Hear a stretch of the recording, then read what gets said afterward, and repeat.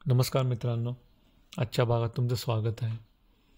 आजकाल आपण खूप साऱ्या वाईल्ड फायरच्या बातम्या वाचतो. या जंगलामध्ये आग लागली आहे. साऊथ युरोपच्या जंगलांमध्ये ग्रीस, क्रोएशिया, बोस्निया त्या सगळ्या भागांमध्ये आग लागली होती.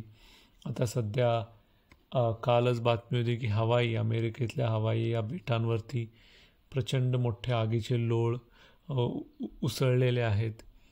निसर्ग किंवा ग्लोबल वॉर्मिंगचे सगळे पडसाद आपण रोजच पाहतो.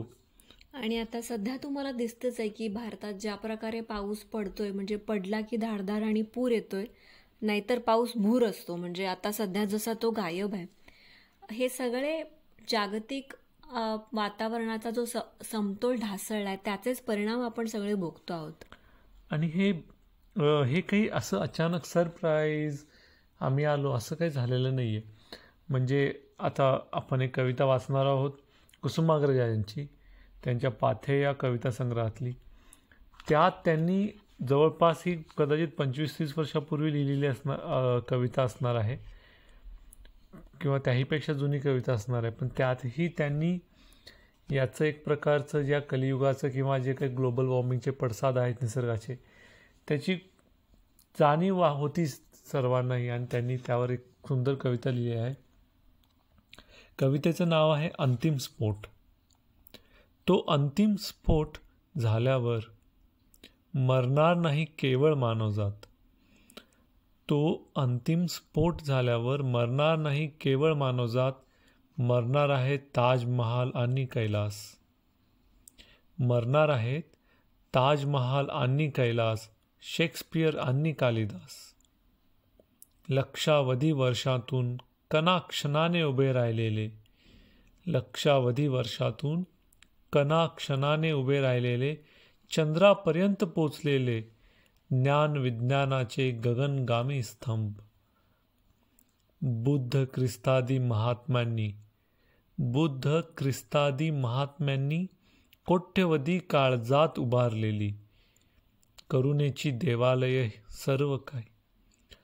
बुद्ध ख्रिस्तादी महात्मांनी कोट्यवधी काळजात उभारलेली करुणेची देवालय सर्व काही.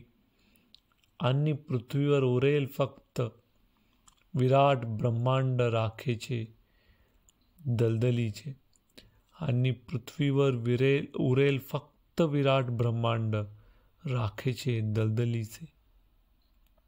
आणि कदाचित त्या धराव्यापी राखांडातून बाहेर येईल अजिंक्य जीवेच्छेने गाजर गवताचा एक हिरवा कोंब.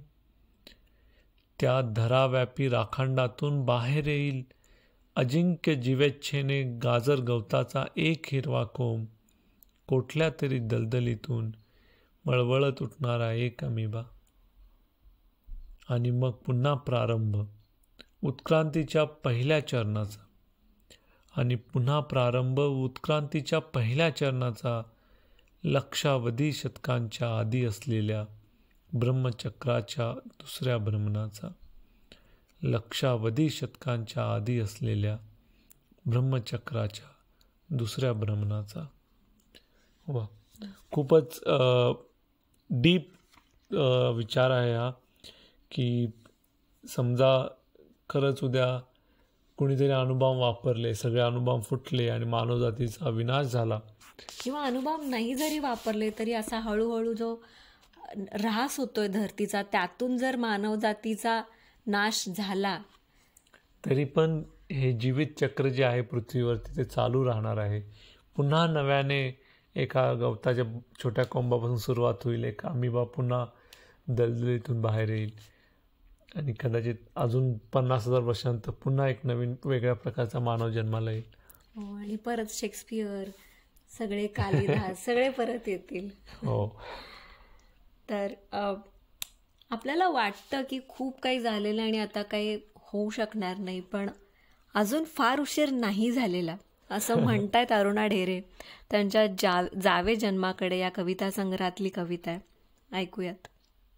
अजून फार उशीर नाही झालेला, अजून फार उशीर नाही झालेला. कबूल की हवा काळवंडली आहे, कबूल की हवा काळवंडली आहे आणि नदीमधून वाहते आहे ते विष आहे हिरवेगार. माती निस्सत्व झाली आहे, माती निसत्व झाली आहे आणि पिके होत आहेत रोगांच्या स्वाधीन, असहाय्य निराधार. आतून पोखरली झाडे आहेत, रसदार फळांची अपेक्षा कशाला. आतून पोखरलेली झाडे आहेत, रसदार फळांची अपेक्षा कशाला. काळे आहे आकाश, वारेही काळे, एक एक तारासुद्धा विझून पाषाण झालेला. पण अजून फार उशीर नाही झालेला. कबूल की माणसाचा सृष्टीशी संवाद कधीच तुटून गेलेला. परस्परांमधल्या नात्याचा प्राण केव्हाच उडून गेलेला. पण अजून फार उशीर नाही झालेला. कबूल सारे पण दिसतो अजून मला मातीखालच्या मातीत. असावे एखादे निरामय बीज, जसा उष्ण सशक्त शब्द कवितेमध्ये थांबलेला. कबूल सारे पण दिसतो अजून मला मातीच्या खालच्या मातीत. असावे एखादे निरामय बीज, तसा उष्ण सशक्त शब्द कवितेमध्ये थांबलेला. म्हणून म्हणते, खरोखरच अजून उशीर नाही झालेला. वा, खरंच उशीर नाही झालेला, पण आपल्याला सगळ्यांना जाग येण्याची गरज आहे. आणि युद्ध पातळीवर आपल्या सर्वांकडून जितके छोटे छोटे प्रयत्न आहेत, झाडे लावणे असेल, प्लास्टिकच्या पिशव्या कमी वापरणं असेल, किंवा रिसायकलिंगसाठी आपण ज्या गोष्टी रिसायकल करत असू त्या करणं असेल, ते आपापल्यापरीने आपण सगळ्यांनी एकत्र येऊन प्रयत्न करणं खूप गरजेचं आहे. आणि तर नक्कीच आपण यातून बाहेर येऊ असं मला एका अर्थानं जी लाईफस्टाईल आपण लहान असताना 20-30 वर्षापूर्वी आपण जगत होतो, भारतीय लोक जगत होते, ती लाईफस्टाईल परत जगायची गरज आहे. की काही सामान घ्यायचं असेल वाण्याकडं तर आपण आपली पिशवी घेऊन जायचो. तिकडच्या प्लॅस्टिक्स नव्हते वापरत, ते कागदाच्या पेटिका, पेपराच्या न्यूजपेपरच्या कटिंगमध्ये बांधून द्यायची. तशा गोष्टी कदाचित पुन्हा करायची गरज आहे. तर तुम्ही अशा निसर्ग संवर्धनासाठी काय करत आहात? तुमच्या कम्युनिटीमध्ये, तुमच्या गल्लीमध्ये तुम्ही काय असे इनिशिएटिव्ह घेत आहात ते आम्हाला ऐकायला आणि त्यात सामील व्हायला अवश्य आवडेल. आम्हाला फेसबुक, इंस्टाग्राम किंवा ट्विटर, यूट्यूबवरती तुमच्या भावना अवश्य कळवा.